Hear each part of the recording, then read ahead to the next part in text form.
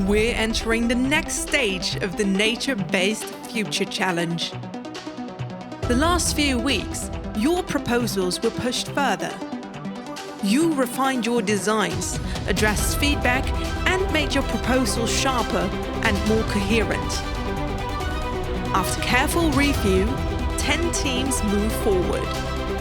These are the top 10 invited to join the finals of the Nature-Based Future Challenge.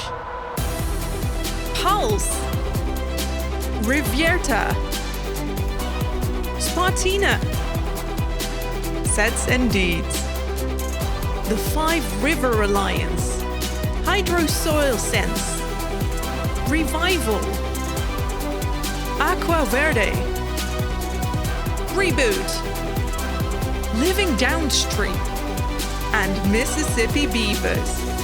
Congratulations! Get ready to make history.